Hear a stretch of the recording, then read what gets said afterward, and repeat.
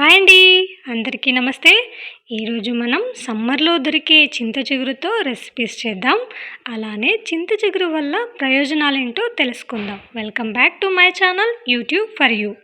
6 రుచుల్లో ఒకటి పులుపు. రుచికి పుల్లగా ఉండే ఈ చింత చిగురుతో అనేక కూరలు చేస్తారు.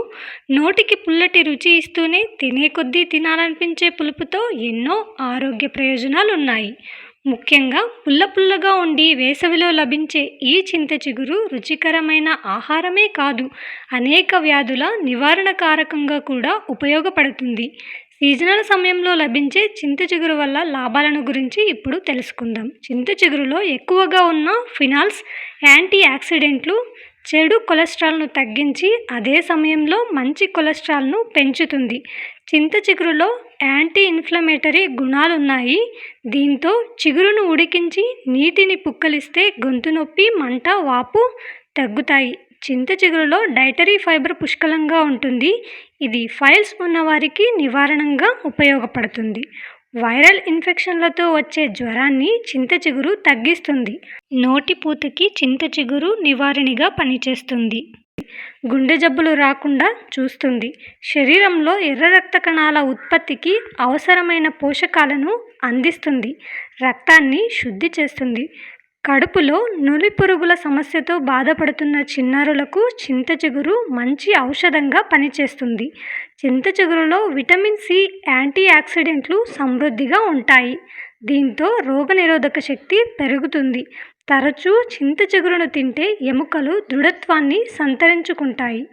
థైరాయిడ్ సమస్యతో బాధపడుతున్న వారు చింత చిగురును తమ ఆహారంలో భాగం చేసుకుంటే మంచి ఫలితం ఉంటుంది. షుగర్ వ్యాధిగ్రస్తులు చింత చిగురు తింటే రక్తంలోనే చక్కెర స్థాయిలను తగ్గిస్తుంది. చింత చిగురును ముద్దగా దంచి కీళ్లపై ఉంచితే నొప్పులు, వాపులు తగ్గిపోతాయి. ఆర్థరైటిస్ సమస్యతో బాధపడుతున్న వారికి చింత చిగురు మేలు చేస్తుంది. కంటి సంబంధ సమస్యలను కూడా చింత చిగురు దూరం చేస్తుంది.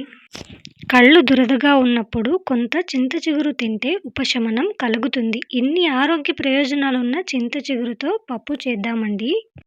కుక్కర్ తీసుకొని అందులో కడిగిన చింత చిగురు, అలానే కడిగిన కందిపప్పు తీసుకొని అందులో తగినంత కారం, తగినంత ధనియా పొడి, తగినంత పసుపు, కొబ్బరి తురుము, అలానే 2 పెద్దగా తరిగిన వంకాయలు, అలానే వెల్లుల్లి రెబ్బలు, అలానే తరిగిన ఉల్లిపాయలు, కొత్తిమీర, తగినంత ఉప్పు వేసి అందులో సరిపడా నీళ్లు వేసుకోవాలి.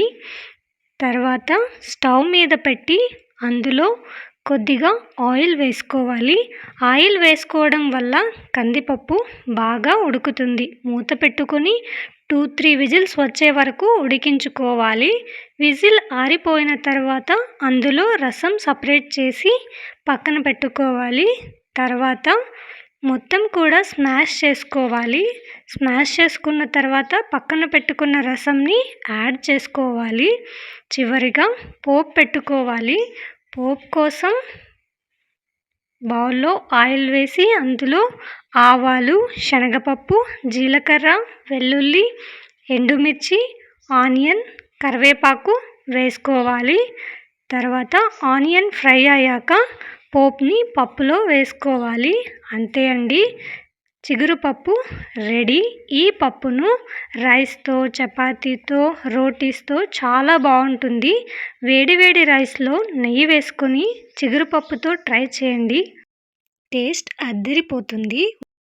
One more recipe. చింత చిగురును ఎండబెట్టి స్టోర్ చేసుకుంటే ఇయర్ మొత్తం వంటల్లో వాడుకోవచ్చు. మా ఇంట్లో పల్లి కారం పొడిలో ఎండబెట్టిన చింత చిగురు వేసుకొని చేసుకుంటాం. దానికోసం డ్రై చేసిన చింత చిగురును ఒక 2 మినిట్స్ వేయించి తీసుకుంటాం. ముందుగా వేయించిన ఎండుమిర్చి, తగినంత సాల్ట్ వేసి మిక్సీ పట్టుకుందాం. తర్వాత అందులో కొబ్బరి తురుము వేసుకొని మిక్సీ పట్టుకొని అందులోనే వెల్లుల్లి, బెల్లం వేసి గ్రైండ్ చేసుకోవాలి. తర్వాత గ్రైండ్ చేసిన దాన్ని మిక్సింగ్ బౌల్లో వేసుకొని వేయించిన పల్లీలను మిక్సీ పట్టుకొని మిక్సింగ్ బౌల్లో యాడ్ చేసి చివరగా పుట్నాలు వేయించిన చింత చిగురును వేసి గ్రైండ్ చేసి మొత్తం కలుపుకుంటే పల్లి చింత చిగురు కారం పొడి రెడీ అయినట్టే. ఈ కారం పొడి ఇడ్లీలోకి, అలానే దోస పైన జల్లుకోవడానికి, అలానే వేడి వేడి రైస్లో నెయ్యి వేసుకుని తింటే చాలా బాగుంటుంది.